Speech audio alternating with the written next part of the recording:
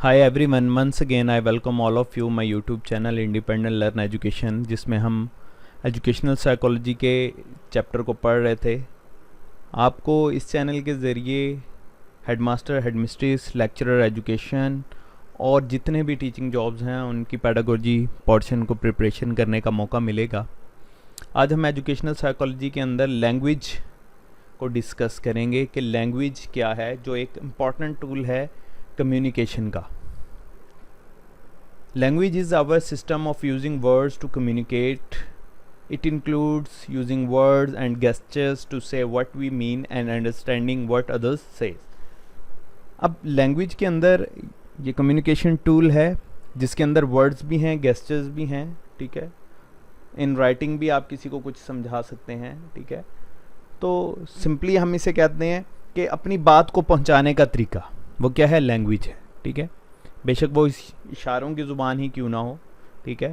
तो लैंग्वेज किस लिए इम्पोर्टेंट है? लैंग्वेज इसलिए इम्पोर्टेंट है कि वो बच्चे या वो चिल्ड्रन जो हमें बात कह के समझा नहीं सकते, हमें उनकी फीलिंग से, उनके एक्सप्रेशन से, उनके इशारों से उन चीज़ों को समझना होता है, ठीक है।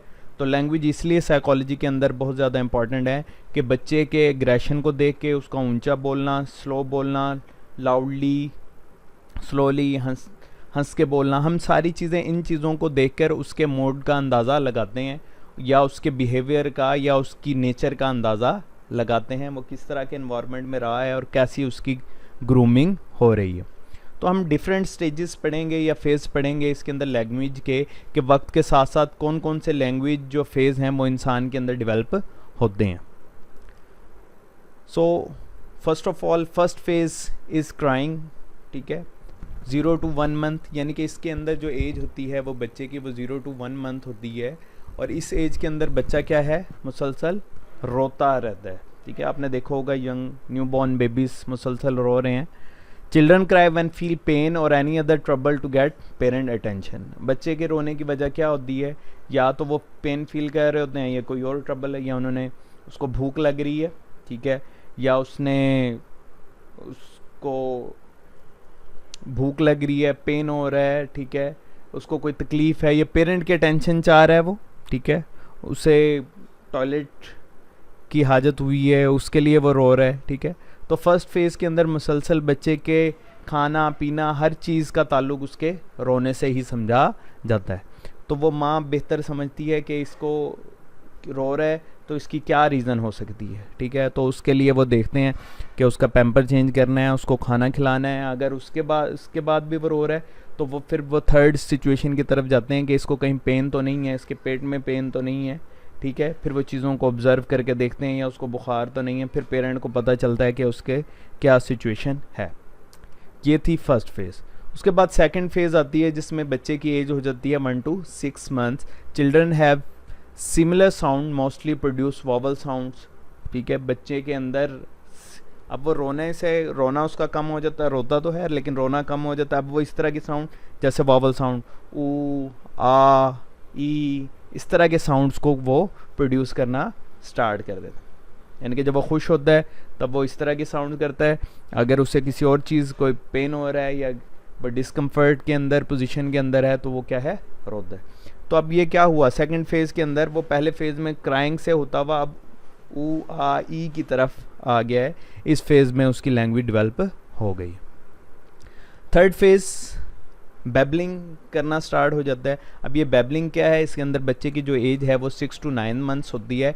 Children mostly have similar sound with very little variation. The mix vowel with consonant but produce meaningless words. अब ये क्या करता है, मीनिंगलेस वर्ड्स होते हैं, ठीक है, लेकिन वो वॉवल्स को कॉन्सोनेंट साउंड्स के साथ ऐड अप करते हैं। जैसे वो बाबा कहना स्टार्ट कर देगा, मामा कहना स्टार्ट कर देगा, काका कहना स्टार्ट कर देगा, ठीक है, टाटा कहना स्टार्ट कर देगा। ये इस तरह के साउंड्स वो अब प्रोड्यूस करना स्टार्ट हो गए। अब उसकी लैंग्वेज और ज़्यादा डेवलपमेंट के प्रोसीजर में आ गई है, एज भी बढ़ रही है उसकी और इसकी लैंग्वेज डेवलपमेंट भी हो रही है।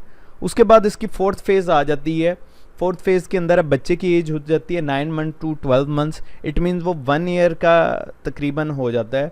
अब वो एक वर्ड पूरा बोल सकता है, ठीक है। Usually 1 word completion such as मामा, बाबा, डॉगी, ठीक है, ठीक है, कैटो, इस तरह के साउंड्स अब बोलना स्टार्ट कर देता है वो, ठीक है, या कैट, टॉफ़ी, ठीक है, इस तरह के साउंड सिंगल वर्ड्स वो बोलना स्टार्ट कर देता है। ये अपने बहन भाई में से किसी का नाम लेना स्टार्ट कर दे, भाई, बहन, ठीक है, आपी, ठीक है, बाबा, इस तरह के कोई भी साउंड वो क्रिएट कर सकता है, वो वन वर्ड प्रोडक्शन की स्टेज में आ जाता है। उसके बाद फिफ्थ फेज़ है जिसके अंदर बच्चे की एज 2 ईयर्स हो जाती है। तो 2 ईयर्स से आप याद रखेंगे 2 ईयर्स में वो 2 वर्ड्स प्रोडक्शन के काबिल हो जाता है, 2 वर्ड्स तकरीबन वो बोल सकता है इकट्ठे। Children start speakingly clearly such as where मामा, ठीक है, गिव मी टॉफ़ी, ठीक है, इस तरह के वो 2 वर्ड्स, ठीक है, क्लैपिंग, क्लैप मामा, ठीक है, ठीक है, तो इस तरह के वो वर्ड्स, ब्रिंग एप्पल, ठीक है, इस तरह के वो वर्ड्स बोलना स्टार्ट है, 2 वर्ड्स को बोलना वो स्टार्ट कर देता है। ये इसकी 5th फेज़ है लैंग्वेज डेवलपमेंट की एक बच्चे के अंदर। उसके बाद इसकी 6th फेज़ आती है। 6th फेज़ के अंदर बच्चे की एज भी 3 ईयर्स हो जाती है और बच्चा 3 to 4 वर्ड्स प्रोडक्शन उसके अंदर शुरू हो जाती है। और ये वो एज है जिसके अंदर बच्चा मैक्सिमम लैंग्वेज को अपने अंदर पैदा करता है, ये वोकेबलरी अपनी तेज़ी से बढ़ाना स्टार्ट करता है इस स्टेज के अंदर।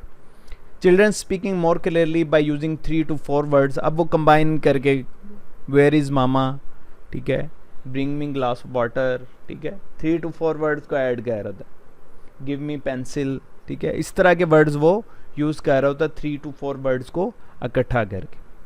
उसके बाद इसकी जो 7th स्टेज है वो उसके अंदर बच्चे की एज 4 ईयर्स हो जाती है। उसके अंदर बच्चा और ज़्यादा क्लियरली बोलना स्टार्ट कर देता है और अब उसकी लैंग्वेज डेवलपमेंट कंप्लीट हो चुकी होती है, ठीक है, अब वो विदाउट हेजिटेशन चीज़ों को बोल रहा होता है।